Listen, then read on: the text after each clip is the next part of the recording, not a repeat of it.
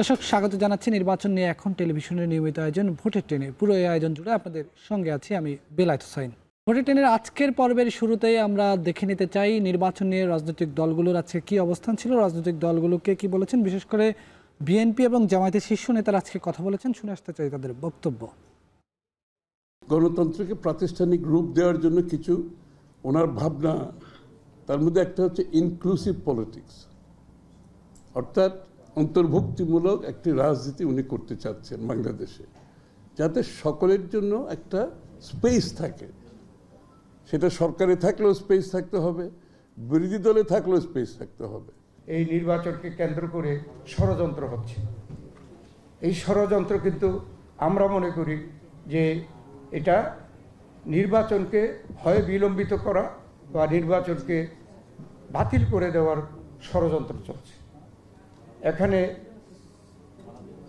কিছু দল যারা স্বৈরাচারী ফেসিস্ট ছিল, তারা কিছু পালিয়ে আছে, কিছু অন্য দেশে পলায়ন করেছে, তারা যে ষড়যন্ত্র করবে না এমন তো কথা না। আর এখানেও বাংলাদেশে কিছু ব্যক্তিরা কিছু ইস্যু, নন ইস্যুকে ইস্যু করে এখানেও নানা রকমের সংকট সৃষ্টির চেষ্টা করছে। এখন দায়িত্ব হচ্ছে আপনার, কোন রকম বিলম্ব এবং ষড়যন্ত্রের সুযোগ না দিয়ে অবিলম্বে জুলাই সনদ বাস্তবায়নের আদেশ আপনি এক্ষুনি জারি করুন এবং জাতীয় নির্বাচনের আগে নভেম্বরে আপনি গণভোটের মধ্য দিয়ে এই জুলাই সনদের আইনি ভিত্তি দেওয়ার কাজটা আপনি সূচনা করতে পারেন। আমরা রাজপথে এসেছি, প্রয়োজনে আবার রক্ত দেব, প্রয়োজনে আবার জীবন দেব। আমাদের জুলাইয়ের অর্জনকে ব্যর্থ হতে দেব না।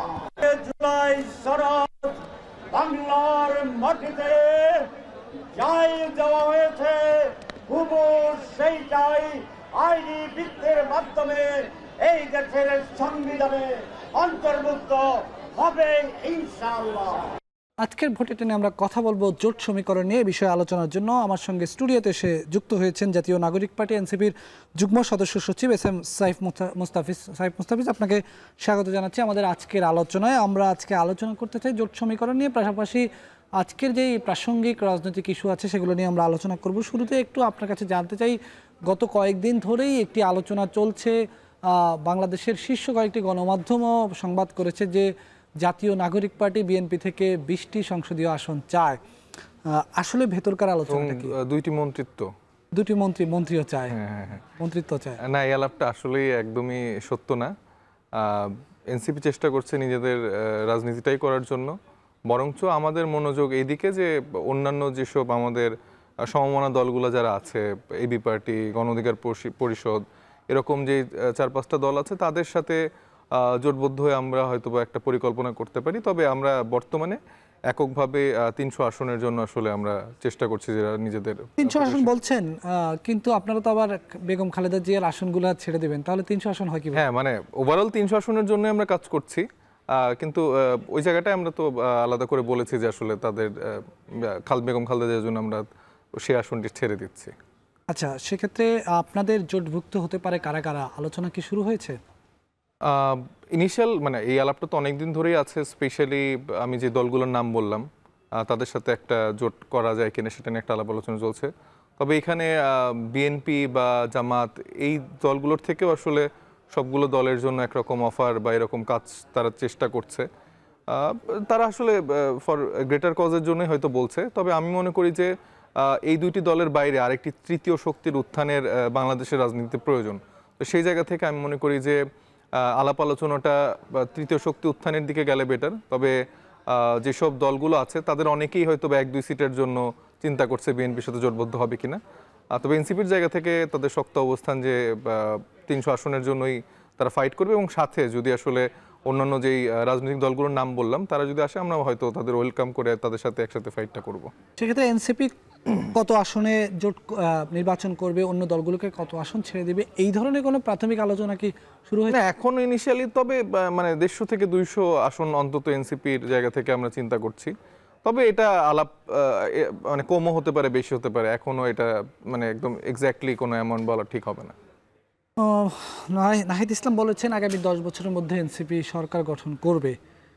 এটি কি তাহলে এনসিপি এবার সরকার গঠনের কোনো লক্ষ্য এবার নেই? এনসিপি আসলে এবারের নির্বাচনটাকে কোন লক্ষ্যে এগিয়ে যাচ্ছে? এনসিপি কি সবারই তো নির্বাচনের মাঠে নামার পরে নিজস্ব একটা লক্ষ্যমাত্রা থাকে যে সে আসলে কোন জায়গাটায় যাবে, নির্বাচনের ফলাফল নির্ধারণ করে দেবে সে আসলে কোন জায়গায় যাবে, কিন্তু ফলাফলের আগেও রাজনৈতিক দলগুলো যদি নিজস্ব পরিকল্পনার কথা বলি, নিজস্ব লক্ষ্যমাত্রার কথা বলি, সে সরকারের জন্য প্রস্তুত হচ্ছে না বিরোধী দলের জন্য প্রস্তুত হচ্ছে নাকি তৃতীয় দলের জন্য প্রস্তুত হচ্ছে? না না, আমরা ডেফিনেটলি যেটার জন্য প্রস্তুত হচ্ছি সেটা হচ্ছে আমরা পরিবর্তনের জন্য আমরা ফাইটটা করছি। এখানে ক্ষমতার রদ বদলে যে ক্ষমতার চেয়ারে বসা, এইটা আমাদের প্রধান পরিকল্পনা। তবে অবশ্যই আপনারা বলতেই পারবেন যে রাজনৈতিক দল হিসেবে প্রথম এজেন্ডা থাকা উচিত সংসদে যাওয়া, সেখানে আপনি আইন প্রণয়ন করবেন, দেশের মানুষের জন্য জনপ্রতিনিধি হিসেবে কাজ করবেন। অবশ্যই সেটা আমাদের লক্ষ্য আছে এবং আমরা বিলিভ করি আমরা এইবারই যদি আমাদের সেই সক্ষমতার জায়গা থেকে সুষ্ঠুভাবে সেই পরিবেশ থাকে ভোটারদের জন্য নিজেদের ভোটটা দেওয়ার, আমার মনে হয় যে আমরা এই বছর আসলে ব্যালট বিপ্লবের যে কথাটা আমরা বলছি, ব্যালট রেভলিউশন, আজকে আমাদের একটা ক্যাম্পেইন শুরু হয়েছে মনোনয়ন প্রত্যাশীদের থেকে ফর্ম বিতরণ এবং অনলাইন অফলাইন একটা ক্যাম্পেইন। তো সেই জায়গা থেকে আমরা বিশ্বাস করি যে এই ইলেকশনেই সম্ভব। তবে আমরা যেটা বললাম যে আমাদের রাজনীতির জায়গাটা একটু ভিন্ন, মানে শুধুমাত্র ক্ষমতা কেন্দ্রিক না, বরঞ্চ আমরা যে সিস্টেম পরিবর্তনের জন্য লড়াইটা করছি, জুলাই সনদের জন্য যে লড়াইটা করছি, সেটাতে আমরা স্টিক থেকে আসলে সামনে রোড ম্যাপটা সাজাতে চাই। এবং এই জায়গাটা দেখে পাবলিক যদি ফিল করে যে না, দে আর দ্য রাইট পারসন, যারা আমাদের ভাগ্য পরিবর্তন করবে, শুধু মুখে না, মানে বারবার 31 দফা এত দফার হিসাব না বলে এখন মানে বাস্তবায়নের জন্য ফাইট করছে, তারা তাদেরকে ভোট দিলে তো এইবারই আসলে বাস্তবতা সম্ভব। এবং আমি যেটা মনে করি, নাহিদ ইসলাম যেটা বলেছেন যে এই 10 বছরের মধ্যে এনসিপি সরকার গঠন করবেই, সেটা ইভেন আমার মনে হয় যে এই বছরও মানে এবারই সম্ভব হতে পারে। জি, সেক্ষেত্রে শাপলা পাওয়ার আগ পর্যন্ত, শাপলা তো না, শাপলা কলি পাওয়ার আগ পর্যন্ত এবং শাপলা কলি পাওয়ার পরে দলের সারাটা কি কেমন, মানে ব্যবধানটা কিভাবে করবেন?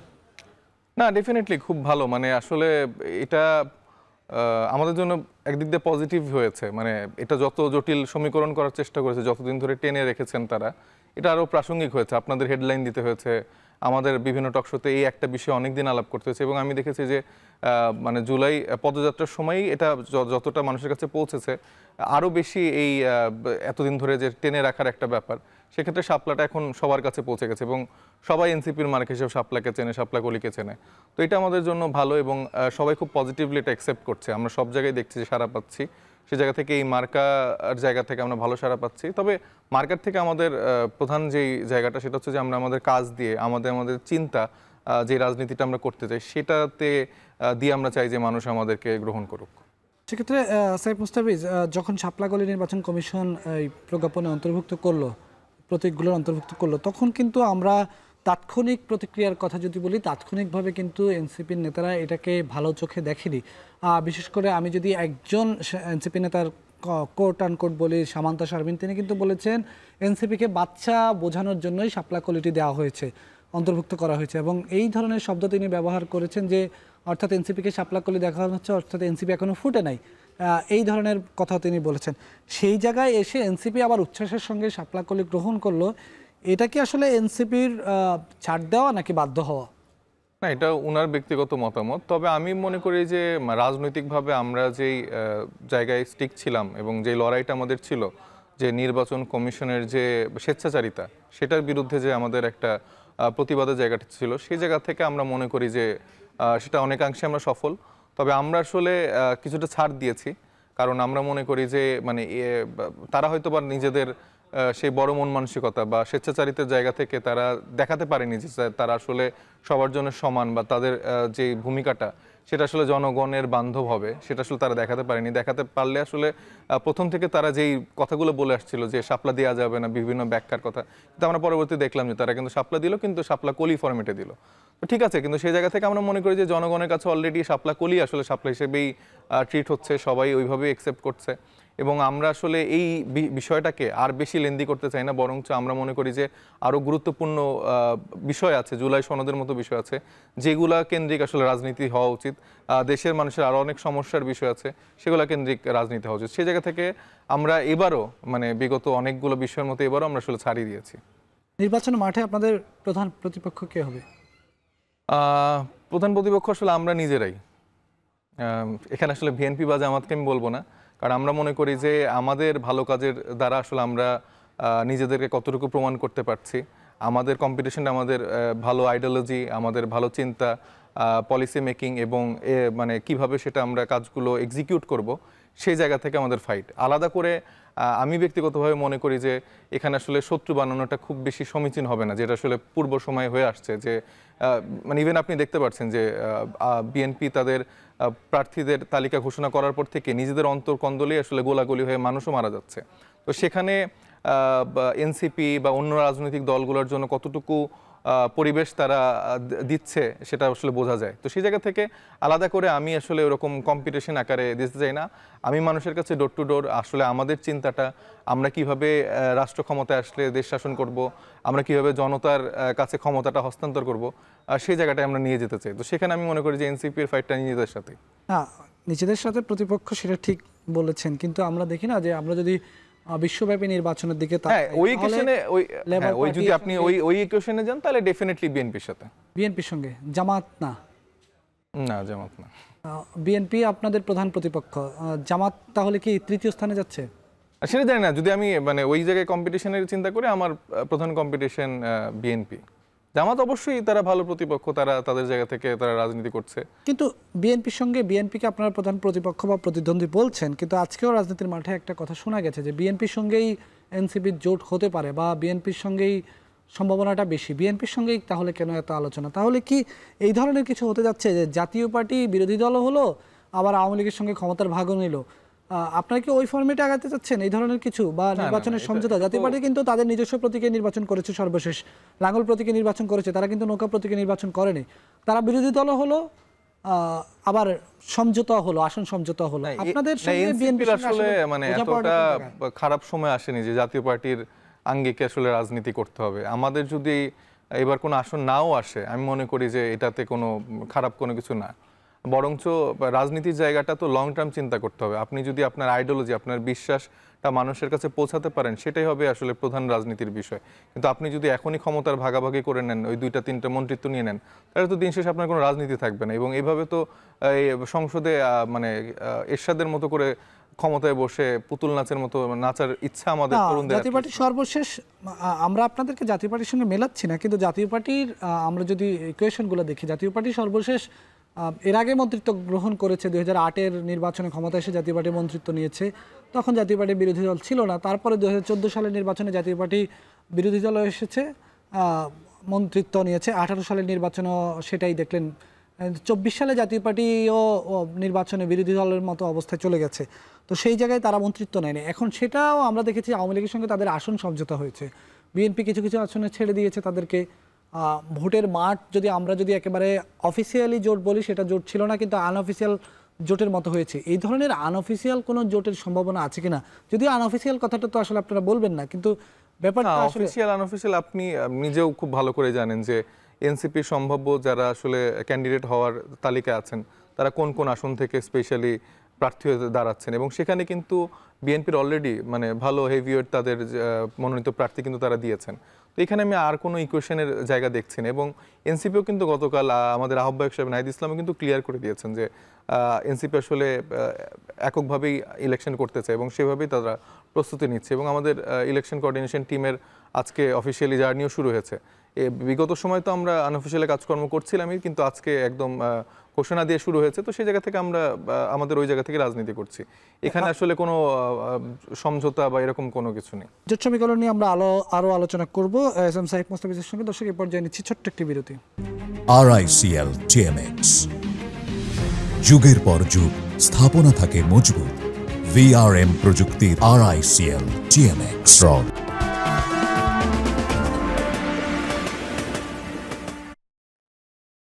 দর্শক, স্বাগত আরেকবার। দেখছেন ভোটের 10 সঙ্গে যুক্ত আছি আমি বেলায়েত হোসাইন। দর্শক, ভোটের 10-এর এই পর্বে আমরা আলোচনা করছিলাম জোট সমীকরণ নিয়ে। আমাদের সঙ্গে যুক্ত আছেন জাতীয় নাগরিক পার্টি এনসিপির যুগ্ম সদস্য সচিব এস এম সাইফ মুস্তাফিজ। আমরা আলোচনায় ছিলাম বিএনপির সঙ্গে জোটের সম্ভাবনা কিংবা আলোচনা নিয়ে। আপনি বরাবরই সম্ভাবনা উড়িয়ে দিচ্ছেন, কিন্তু একটি প্রশ্ন বারবারই আসছে যে বিএনপি অনেকগুলো আসনে তাদের প্রার্থী দেয়নি, এবং সেই আসনগুলোর ক্ষেত্রে আলোচনা আছে। যেমন লক্ষ্মীপুর 1, সেখানে মাহফুজ আলম যিনি তথ্য উপদেষ্টা, তিনি প্রার্থী হতে পারেন, নাহিদের আসনে প্রার্থী দেওয়া হয় নাই, আসিফ মাহমুদ সজীব ভুঁইয়া তিনি ঢাকা 10 আসনে প্রার্থী হতে পারেন, নাহিদের আসন ঢাকা 11, ঢাকা 11, হ্যাঁ এই আসনে। ওখানে তো আসন প্রার্থী দেওয়া হয়েছে। আচ্ছা, এরকম অনেকগুলো আসনে বিএনপি প্রার্থী দেয় নাই, এই আলোচনাটা তাহলে কেন? তারপরে আসিফের উনি তো লিখেছেন যে যদি ইলেকশন করেন তাহলে সম্ভাবনা 12-তে। তেজগাঁও, হ্যাঁ, তো সেখানেও তো উনি মানে বিএনপি প্রার্থী দিয়েছে। আচ্ছা তো আপনি যদি দেখেন মানে আমি তো বললাম যে আমাদের হাসনাতের কথা যদি বলেন, ওইখানেও তো দেবিদ্বারও তো ওনারা প্রার্থী দিয়েছেন। পঞ্চগড়ে সার্জিসের আসনে প্রার্থী দেওয়া হয়েছে, আমাদের আক্তার হোসেনের আসনে প্রার্থী দেওয়া হয়েছে, নাসিরের আসনেও প্রার্থী দেওয়া হয়েছে। তো মোটা দাগে আপনি টপ টিয়ারের যে নেতার নামই আনেন না কেন, প্রত্যেকটা আসনেই কিন্তু বিএনপি প্রার্থী দিয়েছে। তো আসলে কোথায় তারা আসলে ছেড়েছে আমি আসলে ক্লিয়ার না। আর যে আসনগুলোতে ছেড়েছে আমার মনে হয় যে তাদের সম্ভাব্য জোটের প্রার্থী যারা হতে পারে, নুরুল হক নূর, জুনায়েদ সাকি ভাই, ওনাদের ক্ষেত্রে হয়তো বা তাদের এই সমীকরণটা আছে। এবং আমি আরেকটা ব্যাপার যেটা দেখেছি যে মোটা দাগে অনেক আসনে তাদের এখনো 2 জন বা 3 জনের অধিক প্রার্থীদের মধ্যে যেই ঝামেলা বা গন্ডগোল আছে সেগুলো আসলে তারা এখনো মেটাতে পারেনি, তো সেই জন্য হয়তো দেয়নি। জি, বিএনপির কথা তো গেল, জামায়াতের সঙ্গে আপনারা অনেকভাবেই জামায়াতের সঙ্গে গত 2 দিন আগেও আমরা দেখেছি বিএনপির পক্ষ থেকে অভিযোগ করা হচ্ছে যে এই অন্তর্বর্তী সরকার দুটি দলের কথা শুনে, সেটি হচ্ছে এক এনসিপি এক জামাত, 2 জামাত, অর্থাৎ এনসিপি এবং জামাত উপরে উপরে আমরা অনেক বৈরিতা দেখি, কিন্তু ভিতরে ভিতরে জামাতের সঙ্গে এনসিপির নানা কারণে মিলও আছে বলা যায়। সেক্ষেত্রে জামাতের সঙ্গে কোনো জোটের সম্ভাবনা আছে কিনা বা জামাতের সঙ্গে জোটের কোনো আলোচনা চলছে কিনা? সরকার এই দুটি দলের কথা শুনে আবার দেখা যায় যে অ্যাটর্নি জেনারেল বলে যে আমি ইলেকশন করতে চাই, আমি প্রার্থী হতে চাই। আবার দেখা যাবে কয়েকদিন পর নির্বাচন কমিশনারও উনি বলে ফেলতে পারে যে আমিও বিএনপির প্রার্থী হতে চাই।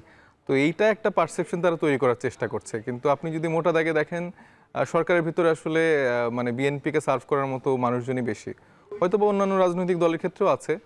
আর এনসিপি আর জামাতের মানে সবার সাথে আমাদের একটা ভালো আন্ডারস্ট্যান্ডিং আছে। আমরা প্রত্যেকটা রাজনৈতিক দলকেই আসলে সেই সম্মানের জায়গাটায় রাখি, এবং যেহেতু তাদের একটা দীর্ঘ ত্যাগের জায়গা আছে সেখান থেকে আমরা সম্মান করি। কিন্তু আদর্শিক জায়গা থেকে জামাতের রাজনীতি বা বিএনপির রাজনীতি যদি আমরা করতে চাইতাম তাহলে আসলে দিন শেষে আমরা মানে বিএনপি বা জামাতেই যোগ দিতাম, আমরা আলাদা করে আসলে এনসিপি রাজনৈতিক দলটি গঠন করতাম না। তো আমাদের রাজনৈতিক লাইন, আমাদের চিন্তা সেটা আসলে ডিফারেন্ট ওনাদের থেকে, এবং আমাদের আইডিওলজি জায়গা থেকে আমরা আমাদের স্বকীয় রাজনীতিটা করার চেষ্টা করছি। সেক্ষেত্রে ওনাদের সাথে কোনো শত্রুতা নেই, অবশ্যই আমরা ওনাদেরকে সমীহ করে শ্রদ্ধা করি, কিন্তু জোট হবার সম্ভাবনাটা কম। মানে যদি বাংলাদেশের স্বার্থে যেরকম জুলাই গণঅভ্যুত্থানের সময় যেরকম সবাই এক কাতারে নেমে আমরা রাস্তায় ছিলাম, তো সেরকম পরিস্থিতি কোনো অবশ্যই হলে বাংলাদেশ প্রশ্নে আমরা সবার সাথে একসাথে ফাইট করতে পারি। কিন্তু বর্তমান যে রাজনৈতিক প্রেক্ষাপট এবং ইলেকশনের যে প্রেক্ষাপট, সেক্ষেত্রে আসলে এনসিপি নিজেদের স্বকীয় রাজনীতিটার মাধ্যমেই মানুষের কাছে যেতে যাচ্ছে। আরেকটি প্রশ্ন করতে চাই, সেটি হচ্ছে এই যে জোটভুক্ত হলে দলীয় প্রতীকে নির্বাচন করতে হবে, নতুন অধ্যাদেশে নতুন আরপিওতে সংশোধনীটা যুক্ত করে দেওয়া হয়েছে, এটি এনসিপি কিভাবে দেখছে? আর অন্য রাজনৈতিক দল যারা এতদিন ধরে মুখিয়ে ছিল, যারা বিএনপির সঙ্গে জোটভুক্ত হবে, তাদের জন্য এটি কি কোনো বাড়তি চাপ হয়ে গেল কিনা? হ্যাঁ, আমরা এটা খুব পজিটিভলি দেখছি, কারণ আমরা যেই পরিবর্তনগুলোর কথা বলি তার মধ্যে এই পরিবর্তনটা আমরা মনে করি যে একটা গুরুত্বপূর্ণ পরিবর্তন, এবং সেটি হয়েছে। এটার মানে কেন আমরা চাই, কারণ হচ্ছে যে আপনি দেখেছেন যে বিগত সময়ে যেই রাজনৈতিক দলের সাথে যেই জোটের রাজনৈতিক দলগুলোই ছিল না কেন, তাদের ব্যাগেজ কিন্তু তারাও আসলে ক্যারি করতো, এবং তাদের সব ভুল ভ্রান্তির দায়ভারও তারা একইভাবে বহন করত। কখনো তাদেরকে কোয়েশ্চেন করা, আমি কখনো দেখি নাই যে আওয়ামী লীগের সাথে থাকা 14 দল তাদেরকে কোনো কিছু নিয়ে আসলে কোয়েশ্চেন করেছে, এবং যে কোনো কিছুতে আরও বেশি আওয়ামী লীগ হয়ে সাপোর্ট করেছে। তো এই জায়গাটা আসলে থাকা উচিত না। মানে আমার মনে হয় যে যখন একটি রাজনৈতিক দলের সাথে আরও 10টি বা 12টি রাজনৈতিক দল একসাথে কাজ করছে, সেখানে নিশ্চয়ই আদর্শিক জায়গাগুলো মিল হচ্ছে না। তাদের স্বতন্ত্র রাজনৈতিক যে চিন্তাটা, সেটা কিন্তু তাদের স্বতন্ত্রভাবে থাকা উচিত। তারা যদি সেই বড় দলের ভিতরে চলে যায় তাহলে কিন্তু আলাদা করে তাদের রাজনীতি থাকে না। তো সেই জায়গা থেকে আমি মনে করি যে সেই স্বতন্ত্র রাজনীতি বজায় রাখার জন্য এই মার্কাটা গুরুত্বপূর্ণ। তারা যেন কনফিডেন্স পায় এবং নিজেদের জায়গা থেকে যেন মানুষের কাছে পৌঁছাতে পারে, তাদের দলেরও যেন একটা প্রসার হয়, সেটা কিন্তু একটা সুযোগ থাকছে।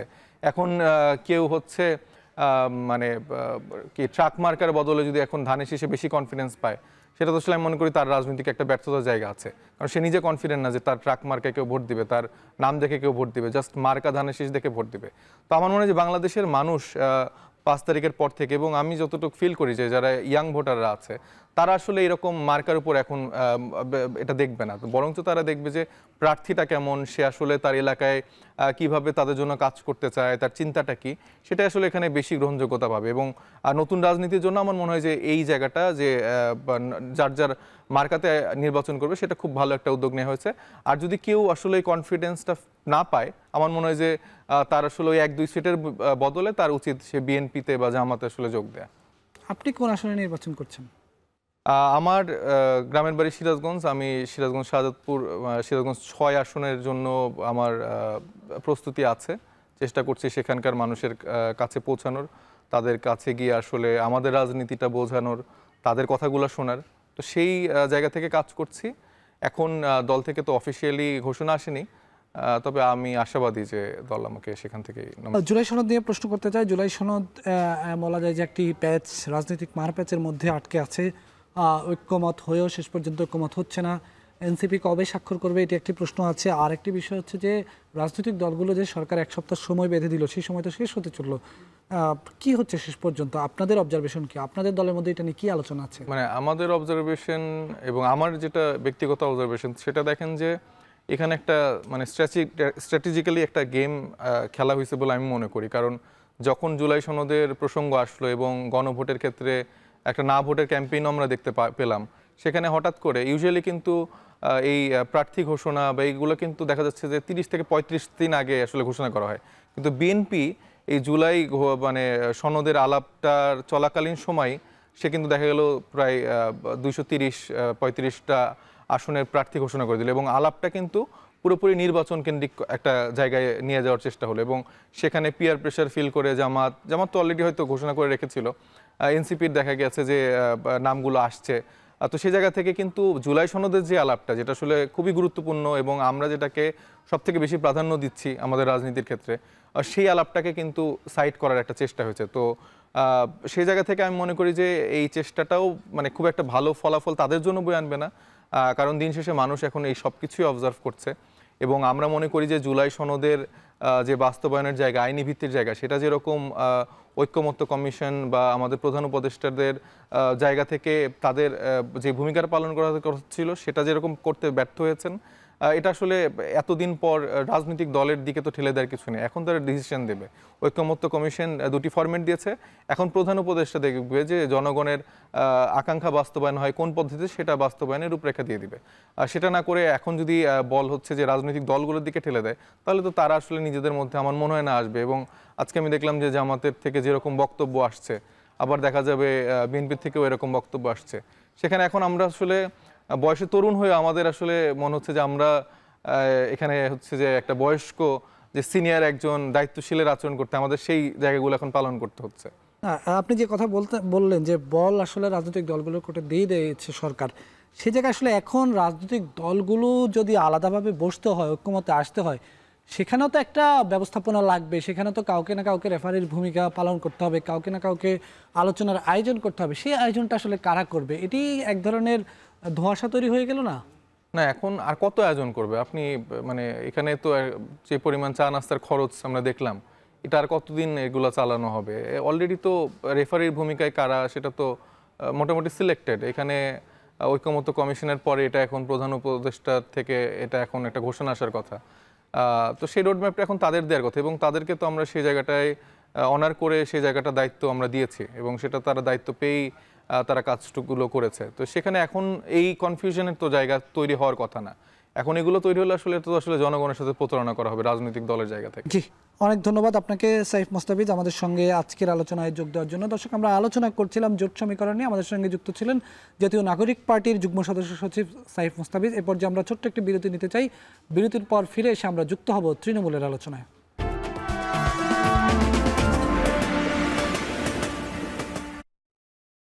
দর্শক, স্বাগত আরেকবার। দেখছেন ভোটের ট্রেন। এ পর্যায়ে আমরা যুক্ত হব তৃণমূলের আলোচনায়।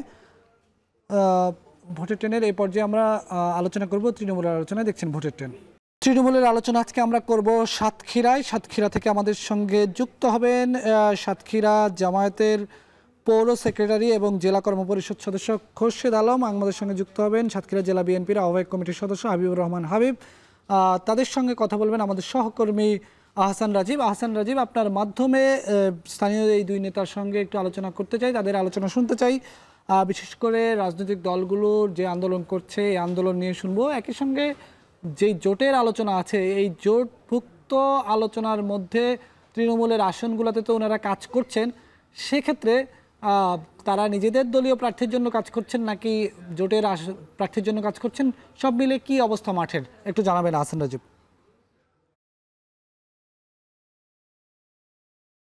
ধন্যবাদ। আমাদের সাথে আজকে দুজন অতিথি রয়েছেন, সাতক্ষীরা জেলা জামায়াতের কর্মপরিষদ সদস্য খোরশেদ আলম এবং সাতক্ষীরা জেলা বিএনপির সদস্য আহ্বায়ক কমিটির সদস্য মাসুম বিল্লাহ শাহিন। আমি প্রথমেই কথা বলবো জেলা জামায়াতের খোরশেদ আলমের সাথে। আপনার কাছে একটু জানতে চাইবো যে আপনারা দলীয়ভাবে আসলে দলের যে জোট নিয়ে যে কথা চলছে, ইসলামী দলগুলোর জোট এবং রাজনৈতিক যে জোট হবে নির্বাচনকে ঘিরে, সেটি নিয়ে আসলে আপনি এবং আপনার দল, আপনারা আসলে তৃণমূলের নেতারা কি ভাবছেন? জি, আউযুবিল্লাহি মিনাশ শাইতানির রাজিম। বিসমিল্লাহির রহমানির রহিম। আমি এখন টিভিকে আন্তরিকভাবে ধন্যবাদ জানাচ্ছি আজকের এই টক শোতে আমাকে সুযোগ করে দেওয়ার জন্য। আপনি যে প্রশ্ন করলেন যে নির্বাচনী যে জোট, বিশেষ করে ইসলামী সমমনা যে দলগুলো তাদের নিয়ে যে জোট হতে যাচ্ছে, সেটা সম্পর্কে তৃণমূল যে আসলে বাংলাদেশে ইতিপূর্বে এরকম ইসলামী দলগুলোদেরকে নিয়ে জোট করা অনেক চেষ্টা হয়েছিল, কিন্তু আসলে সফল হওয়া যায়নি। এবার শুধুমাত্র দেখা যাচ্ছে যে বাংলাদেশে সকল ইসলামী দলগুলো ঐক্যবদ্ধ হচ্ছে এবং তারা একসাথে নির্বাচনী করার সিদ্ধান্ত গ্রহণ করছে। তারই ভিত্তিতে আমরা মনে করি যে এদেশে শতকরা 90% মানুষ ইসলাম প্রিয়। তারা যখন দেখবে যে সকল ইসলামী নেতৃবৃন্দ এক প্ল্যাটফর্মে আসছে, তখন তারা এই দলকে, এই জোটকে তারা ভোট দিবে এবং রায় দিবে এবং তারাই আগামীতে জাতীয় নির্বাচনে তারাই বিজয় লাভ করবে বলে আমি আশা করি। দ্বিতীয়ত আমি যেটা মনে করি সেটা হচ্ছে যে আগামীতে যে সাধারণ মানুষ তারা দেখেছে যে স্বাধীনতার 54 বছরে বাংলাদেশে অনেক দল রাষ্ট্রীয় ক্ষমতায় ছিল, বিশেষ করে জাতীয় পার্টি, বিএনপি, আওয়ামী লীগ, তারা রাষ্ট্রীয় ক্ষমতায় ছিল। কিন্তু রাষ্ট্রীয় ক্ষমতায় থাকা অবস্থায় সাধারণ মানুষের যে চাহিদা ছিল, যে আশা আকাঙ্ক্ষা ছিল, সেই জায়গাটা তারা যথার্থভাবে সেই কাজগুলো করতে পারে নাই। তার কারণে আমরা মনে করি যে ইসলামের পক্ষের যে জোটটা হবে, সেই জোটটা একটা তৃতীয় শক্তি হিসাবে মানুষ বেছে নিচ্ছে এবং এই দলকেই, এই জোটকেই সাধারণ মানুষ ভোট দেবে। এর পাশাপাশি আমি আরো মনে করি যে বিগত 24 সালে যে 5ই আগস্টের যে স্বৈরাচার সরকারের পতনের পরে বাংলাদেশে আমরা লক্ষ্য করেছি যে ইসলামী দলের পক্ষে যারা আছে, ইসলামী ভাবাপন্ন ব্যক্তি যারা আছে, ইসলামী দলের কর্মী যারা আছে, তাদের কাছে তাদের কোথাও এরকম কেউ দেখাতে পারবে না যে তারা চাঁদাবাজির সাথে লিপ্ত, তারা সন্ত্রাসীর সাথে লিপ্ত, তারা দখলদারির সাথে লিপ্ত। সে কারণে মানুষের আস্থা, বিশ্বাস, ভালোবাসা এই দলের প্রতি, ইসলামের প্রতি মানুষের বেড়ে গিয়েছে। এজন্য আমরা মনে করি যে এই দল আগামীতে রাষ্ট্রীয় ক্ষমতায় আসবে এবং সাধারণ মানুষ সেভাবেই আসলে তৃণমূলে আমরা দেখতে পাচ্ছি সাধারণ মানুষ ইসলামের পক্ষে, ইসলামী আন্দোলনের পক্ষে এবং ইসলামী জোটের পক্ষে তারা মতামত দিচ্ছে এবং তারাই আগামীতে রাষ্ট্রীয় ক্ষমতায় আসবে বলে আমরা আশা করি। আপনারা কি দলীয়ভাবে কোনো কাজ করছেন কিনা, জোটের পক্ষে কাজ করছেন না আপনারা আপনাদের দলীয় প্রার্থীর জন্য কাজ করছেন? আমরা তো সকল জায়গায় আমরা দলীয়ভাবে কাজ করব। ইতিমধ্যেই আমরা আমাদের আমিরের পক্ষ থেকে ঘোষণা দেওয়া হয়েছে, যদি প্রয়োজন হয় আমরা সমমনা যারা থাকবে, বিশেষ করে ইসলামী দলের পাশাপাশি আমাদের আরো চিন্তা আছে যে এখানে গণতান্ত্রিক মনা, তারপরে আমাদের দেশপ্রেমিক যারা আছে, অন্যান্য রাজনৈতিক দল, তারাও যদি মনে করে দেশের স্বার্থে দেশটাকে সুন্দরভাবে পরিচালনা করতে হবে, এই স্বার্থে যদি তারাও আসতে চায় তারাও আমাদের জোটে আসবে। তাদের জন্য প্রয়োজন যদি হয় আমরা 100 আসনও আমরা ছেড়ে দেওয়া হবে এবং আমরা সম্মিলিতভাবে সকলে মিলেই আমরা আগামী জাতীয় নির্বাচনে কাজ করতে চাই এবং আমরা এই জোটকে বিজয়ী করার জন্য আমরা সকলেই চেষ্টা প্রচেষ্টা আমাদের অব্যাহত থাকবে। অসংখ্য ধন্যবাদ আপনাকে। আমরা একটু কথা বলবো জেলা বিএনপির আহ্বায়ক কমিটির সদস্য মাসুম বিল্লাহ শাহিনের সাথে। বিএনপি আসলে এবারে নির্বাচনে জোট নিয়ে কি ভাবছে, তৃণমূলের নেতারা আপনারা কি ভাবছেন? আসলে আমি প্রথমেই ধন্যবাদ জ্ঞাপন করছি যে সময় টিভি আজকের প্রতিনিধি, এখন টিভির সাতক্ষীরার প্রতিনিধি রাজীব ভাইকে আমাকে আজকের এই অনুষ্ঠানে কথা বলার সুযোগ করে দেওয়ার জন্য। রাজনীতিতে জোট এটা স্বাভাবিক ব্যাপার। বিগত দিন বিএনপি 4 দলীয় জোট করেছিল বা বিএনপি অন্যান্য নির্বাচনের প্রাককালে যে মহাজোটগুলো করেছিল, এটা রাজনীতির একটা কৌশল। এই কৌশল মনে হয় রাজনীতিতে প্রতিটা দলই তার নিজস্ব একটা কৌশল থাকতেই পারে। সেই কৌশলগত দিক থেকে যারা মনে করে যে আমার এই রাজনৈতিক দলের সাথে জোট করলে আমি সুবিধা পাবো, সে কিন্তু তার সাথে জোট করবে। এখানে বাংলাদেশের রাজনীতিতে একটা জিনিস লক্ষ্য করা যায়, নির্বাচনের প্রাককালে এই জোটটা নিয়ে একটু বেশ নাড়াচাড়া হয়। আলটিমেটলি নির্বাচন শেষ হয়ে গেলে কিন্তু এই জোটের অস্তিত্ব চোখে পড়ে না। এটা বাংলাদেশের পলিটিক্যাল একটা ট্র্যাডিশন। দীর্ঘদিন জামাত বিএনপির সাথে জোট ছিল, 17 বছর তারা বিএনপির সাথে আন্দোলন করেছে, সংগ্রাম করেছে। বিএনপি অসংখ্য নেতাকর্মীকে হারিয়েছে, জামাতও তাদের সাথে ছিল, তাদেরও অনেক নেতাকর্মী এই সাতক্ষীরা সহ সারা বাংলাদেশে তাদেরকেও রক্ত দিতে হয়েছে এই 5ই আগস্টের জন্য। আজকে নির্বাচন প্রাককালে ইসলামী দলগুলো যে জোট করছে, আমি বলবো এটা একটা স্ট্যান্ডার্ড জোট। এই জোট দেশের নির্বাচনের পরে আমার মনে হয় না এই জোটের কোনো অস্তিত্ব থাকবে। আপনি এবং আপনার দল কি ভাবছেন? আমরা বিএনপি বরাবরই নির্বাচনের আগে অতীতে তার জোট ছিল, এখনও বিএনপি তার শরিকদের জন্য রাস্তা খুলে রেখেছে। আপনারা দেখেছেন যে বিএনপি অলরেডি প্রাথমিক মনোনয়ন কিন্তু ঘোষণা করেছে, সেখানে 67টার মতন আপনার আসন কিন্তু খালি রাখা হয়েছে। এটা যারা জোটে থাকবে বা বিএনপির সাথে এই খোলা জোটে যারা আসতে চায় তাদের পথ কিন্তু খুলে রেখেছে বিএনপি। মানে এটা রাজনীতিক একটা স্বাভাবিক ধারা, যে জামাতও যদি মনে করে যে না আমি আমার পূর্ব জোটে ফিরে যাব, জামাতকেও বিএনপি অবশ্যই তার সম্মানজনক আসন দিবে, বা যেটি তাদের অতীতেও দেওয়া হয়েছিল সেইভাবে তাদেরকে সেই প্রস্তাবে যদি তারা আসে, বিএনপি তাদের পথ কিন্তু রুদ্ধ করে নাই। আপনারা সেই প্রস্তুতি রাখছেন কিনা? আপনারা এখানে কি প্রস্তুতি নিচ্ছেন? জোটবদ্ধভাবে নির্বাচনের প্রস্তুতি নিচ্ছেন না এককভাবে নির্বাচনে? বিএনপির দুটোই প্রস্তুতি রয়েছে। সবার জন্য এই দেশটাকে আমরা করতে চাই। বিএনপি একাই এদেশের শাসন করতে চায় না। বিএনপি অনেক রক্তের বিনিময়ে ফ্যাসিস্ট সরকারের পতন করেছে। বিএনপির অসংখ্য নেতাকর্মী হামলা মামলা জেল জুলুম খেটে দিনের পর দিন মাসের পর মাস যে নির্যাতিত হয়েছে, এই দেশের যে যন্ত্রণা থেকে বিএনপি মুক্তি পেয়েছে, এই মুক্তির স্বাদ বিএনপি কখনোই একা চায় না। এ দেশবাসীকে বিএনপি সবাইকে নিয়েই এই দেশ গড়তে চায়। আর এই দেশ গড়ার লক্ষ্যে বিএনপির দরজা খোলা রয়েছে সবার জন্য। যারা আসবে ফ্যাসিস্ট বাদে সবার জন্য বিএনপির দরজা খোলা রয়েছে। অসংখ্য ধন্যবাদ আপনাকে। বিলাত, যেমনটি বলছিলেন আমাদের অতিথিরা আজকে, তারা বলছেন যে তারা জোটবদ্ধভাবে নির্বাচনের যেমন প্রস্তুতি রাখছেন, একইভাবে তারা এককভাবে নির্বাচনের প্রস্তুতিও কিন্তু তারা রেখেছেন।